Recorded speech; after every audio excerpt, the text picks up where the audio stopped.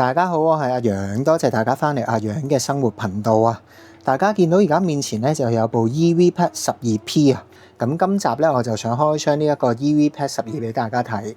除此之外咧，咁首先呢段片咧我都要多謝 Chinese TV Box Online Store 呢一間公司咧寄呢一個產品俾我開箱俾大家睇嘅。咁究竟點解我會開箱呢一個電視盒子俾大家睇呢？因為大家都知道世界盃就快開鑼啦。究竟呢一個盒子係咪真係可以帶到好多娛樂俾大家呢？咁不如我開箱俾大家睇咯。Go！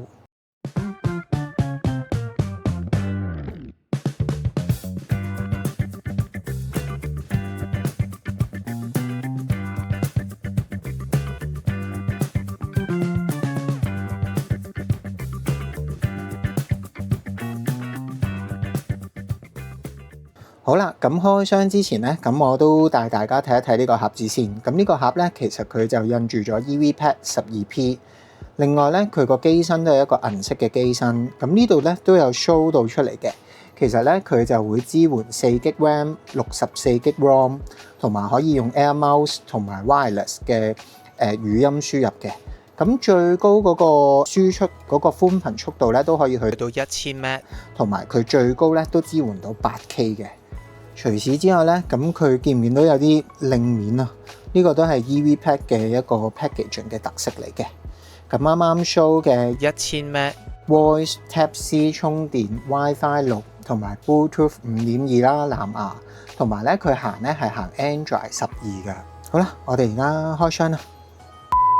好啦，完成咗啱啱一個基本包裝嘅簡介之後咧，咁我都正式開箱俾大家睇一睇。咁但係開箱之前咧，其實我都有研究過 EVPad 12P 嘅。咁佢有一個地方其實真係好吸引啊，因為佢可以支援呢個咁嘅7日嘅回播功能，即係有一種感覺就好似細個咧要插錄影帶落去，跟住咧你又可以重新再睇翻。咁佢哋有7日嘅回放功能啊，咁呢一個我都覺得係一個唔錯嘅 function， 一個功能嚟嘅。咁另外咧，最主要嚟講呢個盒子咧，其實俾我就可以睇到世界各地唔同嘅電視台啦。咁例如我中意睇嘅台灣嘅電視台啦、日本嘅電視台啦，咁都可以做到一個直播噶。好啦，廢話唔咁多講，不如我都開箱俾大家睇先啦，好唔好啊？我都係第一次開。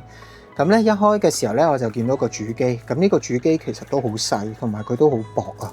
一陣間再可以分享俾大家睇。咁另外下一層咧就會有一個中文繁體嘅說明書。咁入邊咧都會有教大家啲線係點樣駁啊。咁相對應該就唔係特別太難嘅。而下邊呢度咧都仲有一層喎。哦，OK。下邊呢度咧就會有個好修長嘅遙控器啦，咁我見呢個遙控器咧都會有個藍色嘅咪嘅鍵，咁呢一個鍵咧就呼應翻啱啱講咗佢可以語音輸入嘅，應該就係咁樣用嘅。咁另外佢都好細心咧，做到有 YouTube 啦，有 Google Play 嘅快捷鍵啦，咁亦都會有啲即係 TV Control 嘅掣，開關掣嚟嘅，係啦，唔知佢有冇電，係啦，咁跟住咧。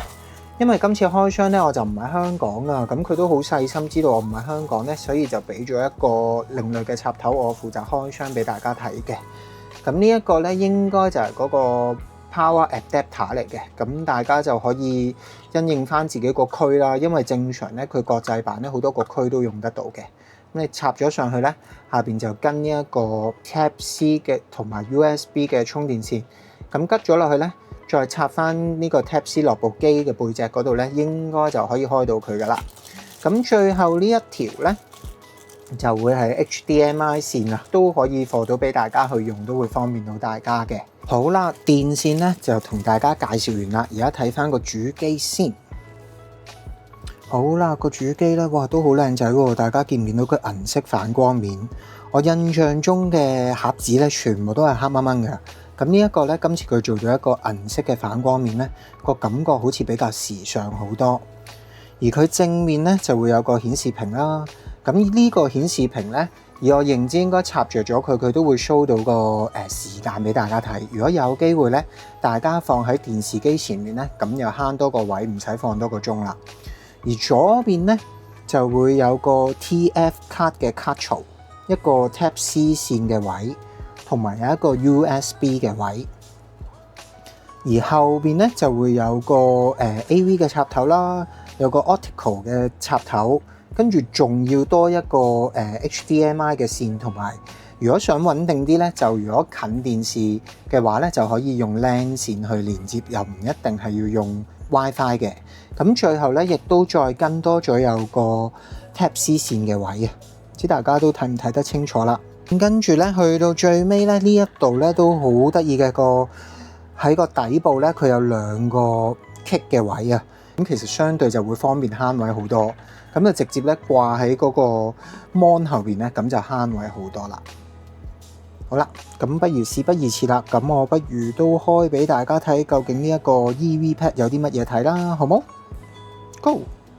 A few moments later. 好啦，而家正式咧開機俾大家睇，因為啱啱咧我已經加咗粒電落去啦。好啦，開機畫面咧就出咗 EV Pad 啦。其實佢都真係好細部，佢放咗喺隔離咧，其實好方便啊。好啦，入咗呢一個一開始嘅畫面咧，咁當然有簡體嘅中文啦，有英文啦。咁我哋香港人咧就撳翻香港嘅繁體。咁呢度咧都會有啲唔同嘅免責聲明咧，係放翻俾大家嘅。咁我哋去翻下一步啦。呢度個網路咧都 OK。方便嘅，咁我就揀無線網絡咯。咁咧佢就會出咗一個教學啦，咁大家都要跟翻，咁可能撳住兩邊，咁佢就會啟動呢個站啊。咁呢度咧就會有個啟動，咁跟住撳 OK 咧就得噶啦。好啦，而家正在配對，配對就成功咗啦。一個好簡單嘅操作咧，咁樣就已經係完成設置噶啦。咁呢一個界面咧，亦都係一個好清晰嘅界面啦。大家都會見到上面都會有一個唔同嘅按鈕鍵啊。咁包括咗會有瀏覽器啦，而家連接咗 WiFi，咁亦都會有語音、商城、設置、藍牙、USB 同埋更多嘅。反之咧，佢下邊左下方咧，其實有個好大嘅按鈕，大家都睇到有一個客服噶。咁大家撳咗入去之後咧，咁其實可以有啲乜嘢9點到24咧都可以揾到呢一個客服，可以 WhatsApp 佢都 OK 嘅。咁除此之外咧，其實大家都見到，咁我啱啱都加咗有一個 LED 燈嘅畫面落去啦。咁我撳咗落嚟咧，其實大家就會見到而家呢部機咧係冇燈噶，因為我撳咗 close 啊。咁而家咧我開放翻出嚟先，係啦。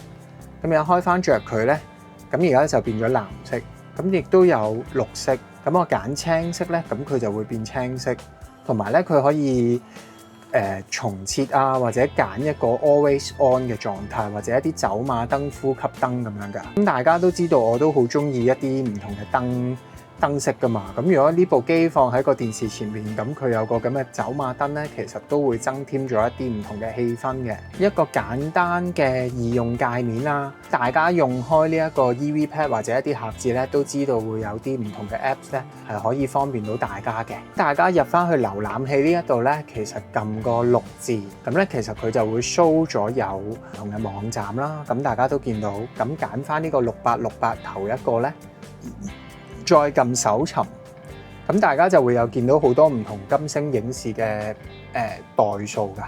咁下邊有第10代啦，有第6代。誒，當貝市場都有喎，原來。咁大家都見到咧，其實佢哋都會有唔同嘅。咁有金星商城啦，咁有金星影視啦，亦都有金星嘅手機端嘅。咁我講解一下先。咁金星商城咧，顧名思義就可以 download 一啲唔同嘅嘢啦。咁呢個金星影視咧，就係包括咗會有點播啦、回放啦，同埋睇直播嘅功能嘅。而金星影視12咧，手機端咧，其實正常就可以駁到落去一啲 Android 嘅手機嗰度咧，咁搖佢都可以睇得到關於呢個盒子入邊嘅娛樂嘅頻道嘅。咁我哋都照 download 咗佢落嚟先啦。咁撳咗 download 之後咧，其實就會見到呢度會有 load 一啲唔同嘅 APK 檔啦。當佢完成咗100% 之後咧，咁佢就會入咗落去你個盒仔嗰度噶啦，同埋佢會 show 咗已安裝嘅。咁跟住咧就出翻去呢一個頁面，加咗呢一個頁面咧，咁就可以撳呢個快捷鍵，就係添加應用啊，可以揀翻呢一度咧。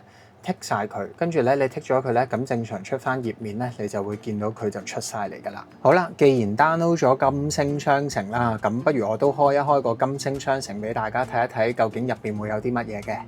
咁當大家撳咗金星商城入去之後，咁佢會 load 一個畫面啦。咁入邊咧都會有好多唔同嘅應用程式可以俾大家去下載翻落去一個盒子入邊嘅。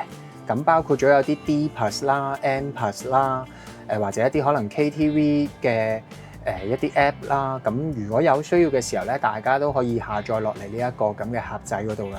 咁大家都見到其實佢撈得都真係好快嘅，即係佢唔會好似之前有啲盒子咧，佢係窒下咁樣咯。既然啱啱介紹咗呢個金星雙情啦，咁我都要介紹下呢個金星影視啊。不過以下嘅畫面咧都會有少少加咗馬賽克㗎，咁始終佢都會有啲版權嘅問題啦。當大家撳咗呢個金星影視咧，其實就會入咗去一個主畫面度嘅。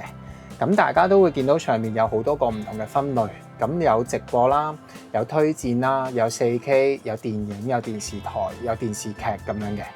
咁我自己中意咧就睇日本嘅電視台嘅，咁呢個都係一個直播。咁撳咗入去咧，大家都會睇到其實個畫面係超快啦，啲聲音係超好嘅。咁另外咧就可以跟翻個指示撳上啦，就可以換其他台啦。咁其實佢都有好多個台啊，即係日本台咧都有成64個咁多。咁大家撳咗 OK 之後咧，咁都會見到有好多唔同嘅日本電視台啊，正啊！好啦，跟住咧，如果大家唔中意睇直播嘅話咧，咁都可以睇一啲唔同嘅賽事啦。咁而家個賽事已經開始咗㗎啦，咁佢亦都會有啲唔同嘅賽程啊，咁就會 show 晒俾大家睇。咁大家有需要咧都可以撳翻入嚟睇嘅。另外咧，佢哋都會有啲唔同嘅 4K 嘅影集可以俾大家睇一睇啦。舉一個簡單例子啦，係啦。咁假設我而家想睇呢一套嘢嘅話咧，咁我撳入去，咁再撳翻全屏幕咧，其實佢都已經撈緊出嚟㗎啦。亦都可以撳遙控器去控制佢快啲、慢啲，有冇字幕。咁其實都係一個好方便嘅一個 app 嚟嘅，同埋真係個速度真係超快嘅，唔會好似以前嗰啲盒子或者一啲 app 咁樣咧。其實真係等佢撈咧，撈到唔知幾時先至可以再有啲嘢睇到，有音軌啦、倍速啦、縮放啦，或者成個 mon 咧都可以揀闊度邊框啊。咁其實有好多唔同嘅設定咧，係可以俾大家去揀翻嘅。電視劇都有分到國內啦、台灣啦、韓國啦、歐美嘅電視劇啦。咁同埋咧有呢個咁嘅動漫可以俾大家睇㗎。咁近排又唔知大家有冇睇緊邊一啲電視劇呢？如果有嘅，又可以留個言俾我，咁等我又可以了解下大家中意睇啲乜嘢嘛。而佢有一個回看嘅功能啊，咁大家都撳咗佢咧，其實你都可以睇翻。咁攞一個簡單啲嘅例子啦，咁例如我哋6月7號咁已經係過去咗嘅日子，咁而家我唔喺香港啊嘛，咁我想睇翻嘅時候咧，咁我就假設我撳6月7號嘅就可以 show 翻出嚟一個回看嘅功能，就方便到大家。係啦，咁大家可以撈快少少咧，因為始終佢 cut 出嚟咧就會有啲唔同嘅廣告啊，中間咁係好正常噶。大家睇唔睇到個畫面？其實係勁快，速度係超快，撈得係好好噶。大家如果真係對呢一個盒子都有興趣咧，大家可以睇翻資訊欄入邊會有條 link 嘅。好啦，今次嘅介紹就係去到咁多啦。咁係啦，多謝晒大家今次睇我介紹呢一個咁嘅 EVPad 12P 嘅一個電視盒子啊。